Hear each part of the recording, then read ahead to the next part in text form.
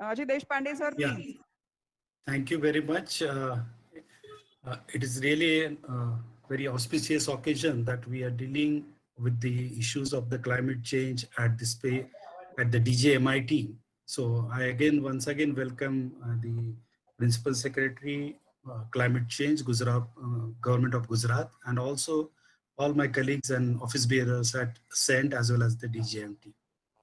As all of us are aware, climate change is really an emerging issue now. Everybody is talking about that in different sectors, in terms of technology, in terms of education, and most importantly, in terms of the research. And many of the technological institutes, particularly in the outside world, have multiple courses in climate change with its impact on social effects as well as the health effects, as well as different studies related to the mitigation or the how you adapt to that particular climate change. So we thought now DJMIT is well settled organization now, more than 11 years old and having postgraduate courses in electrical and mechanical engineering and graduate course also in civil engineering. So it is really an interdisciplinary issue, and with the available expertise as well as the will of the administrative body, that is the CENT, we thought it is a right time that we should have some research development activities as well as education activities in the field of climate change. Now, when we see the climate change, one of the important factor is the energy. And naturally, Gujarat being the most industrialized city, and a lot of focus has been given by the government of Gujarat on energy, both in the demand and supply side. And I think energy efficiency is always tagged with the mitigation aspects of the climate change. So we have decided that this particular center, which is aptly named as AISECC actually, will deal with the research development in the climate change and also the energy efficiency in particular. It also has an ambitious aim that the local community per se, which is in the nearby area, will be benefited by this research by adopting certain new techniques and new technologies, particularly in the construction or even maybe in the engineering sector like electrical and mechanical. So basically the community is at the center stage of the entire development program of the center. So in the initial 1 year, in fact, we are lucky to get so many big names in the field of climate change as well as energy on our advisory board. Already the Lawrence Laboratory, Berkeley Laboratory is already on the board, and we also have various experts from USA who will be supporting this center in a very big way. So in the first year, we plan to start with some research activities at the graduation and post-graduation level, so that there is a database which is created. And we are also trying to participate in various research activities and particularly the ICT activities in climate change, which will definitely benefit the local community per se. So with this background, I once again welcome all the dignitaries and definitely ensure that this particular center will be definitely helpful for the sustainable development of the state of Gujarat. Thank you. Thank you, sir, for this motivational speech and briefing us about AISECC. I hand over this session to Dr. Manish Mehta, sir, who will introduce Haider, sir, and request him. Ladies and gentlemen, greetings to one and all. At the outset, I would like to take this opportunity to congratulate Dr. Jeevraj Mehta Institute of Technology for initiating the e-launch of Anand Institute for Studies in Energy Efficiency and Climate Change.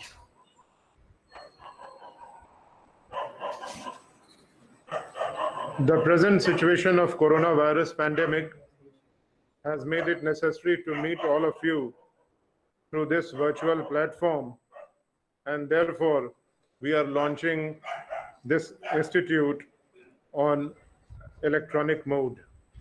However, this electronic mode is environment friendly and we shall explore new ways to reduce our carbon footprint by innovative approach in our daily life. I am sure this initiative of establishing this institute will work in the direction. Moreover, the present COVID-19 pandemic has made us think and act comprehensively towards sustainable development, perhaps necessitating a paradigm shift.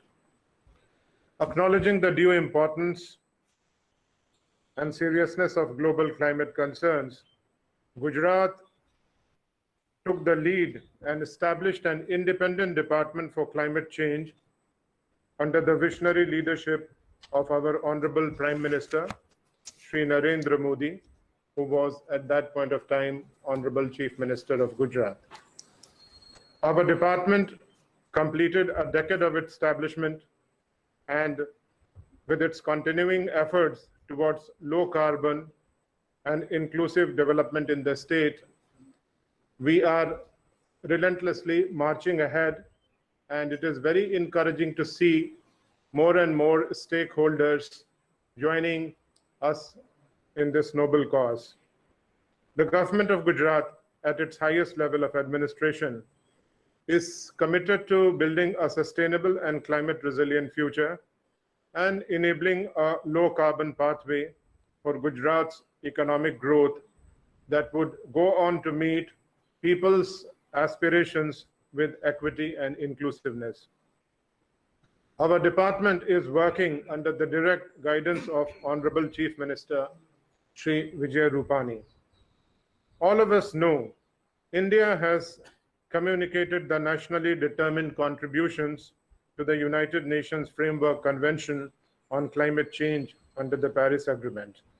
One of our NDCs is to reduce our carbon emission intensity, emission per unit of GDP, by 33 to 35% from 2005 levels by 2030. In another NDC, we are aiming to produce 40% of electricity from non-fossil fuels by 2030. It is important to note that our country and the state are aligning their commitments with UN Sustainable Development Goals for 2030. The Sustainable Development Goals are universal agreement to craft an equal, just, and secure world for the people, the planet, and for the prosperity of all. Considering the impacts of global warming and climate change on our economy and on our society, the state has formulated a range of policies and programs that have the potential to counter the challenges of climate change while ensuring achievement of resilient sustainable development objectives. Gujarat has formulated the State Action Plan on Climate Change, comprising 9 thematic sectors, namely agriculture, water resources, health, forests and biodiversity, sea level rise and coastal infrastructure, energy efficiency and renewable energy, urban development, vulnerable communities, and green jobs. It has been strengthened with furthering the targets and objectives set under the nationally determined contributions with the help of prestigious institutes like the IIM Ahmedabad and the IIT Gandhinagar, just to name a couple of them. But I must tell you that a large number of institutes have already joined hands to espouse this noble cause. Let me take this opportunity to talk a little bit about some of the initiatives that we have taken in certain fields which are notable. Renewable energy. Gujarat happens to be one of the leading states in renewable energy sector and has announced various policies to promote the use of renewable energy. As a result, 7,523 megawatt of wind energy projects, 3,127 megawatt of solar energy projects, comprising 675 megawatt of rooftop, which happens to be the highest ever to be achieved by any state in the country so far, and 2,452 megawatt of ground mounted. These have been commissioned till July 2020. Total renewable energy installed in Gujarat, including wind, solar, biomass, and mini hydro, has surpassed the capacity of 10,795 megawatt. We also have a consolidated climate change budget because the activities which are being undertaken by the state government do not necessarily get reflected by the activities of climate change department. In fact, a large number of other departments of the state government are into various activities which in one way or another are addressing some of the burning concerns of climate change. So we have a consolidated budget which is close to 6,000 crore, and these budgetary provisions are aggregated on the basis of the provisions which have been made in some 18 odd departments of the state government.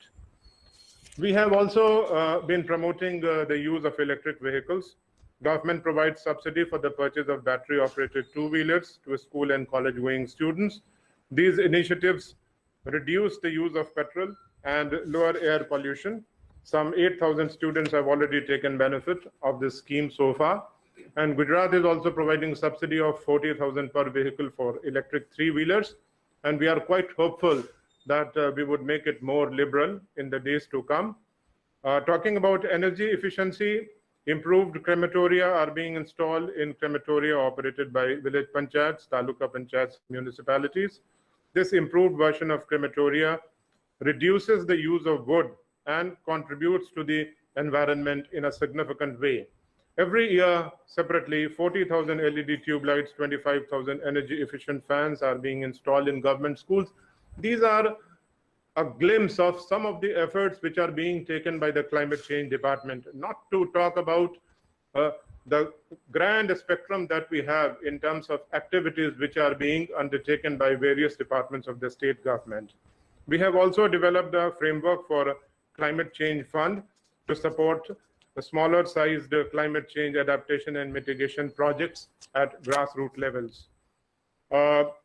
We are also trying to make the most of the policies and whatever the central government has to offer. Under the National Adaptation Fund, the Government of India has sanctioned a project of adaptation for natural resource dependent communities in Kutch district. This has been going on very smoothly. Very recently, we have signed a covenant of mayors of Gujarat with the help of International Urban Cooperation, European Union. So we are very much into bilateral and multilateral collaboration also, subject to, of course, the norms and guidelines prescribed by the state and the central government. So on this occasion, I would not like to take much of your time. It has been very heartening to note that this e-launch is taking place today, and undeterred by the situation which has been created by the pandemic. And that is how, I mean, the world should go on undeterred, and we keep taking necessary precautions also. I congratulate and convey my best wishes to the leaders of Dr. Jeev Raj Mehta Institute of Technology for initiating Anand Institute for Studies in Energy Efficiency and Climate Change. I am sure it will go a long way in contributing to the knowledge enhancement, research and development in the field of energy efficiency and climate change. And I would look forward to interacting with all of you in the days, months and years to come, in whichever capacity I remain. Of course, as of now, I happen to be holding this charge of Principal Secretary Climate Change. But climate change is one area which should concern all of us, irrespective of the work that we are doing. Unless and until this percolates to the grassroots level, we will not be able to effectively combat the concerns of climate change. So it has to transform itself in a mass movement. And each one of us has a role to play, whether we are administrators, we are officers, we are research scholars, or we are homemakers, we are students. All of us have got a very significant role to play. And in this era, when there is so much of dissemination of knowledge on e-platform also, I am pretty sure that with percolation of knowledge to the grassroots level, we would be able to effectively address the concerns of climate change. So thank you once again. Jai Jai Garvi Gujarat. I would like to thank S.J. Haidar sir for taking out this time from his busy schedule and for sharing the details of the various activities which are undertaken by the Climate Department of Government of Gujarat. And thank you, sir, for your motivational words and for your support. Thank you. Thank you very much, and I would take leave with the permission of all. Thank you. Thank you, sir.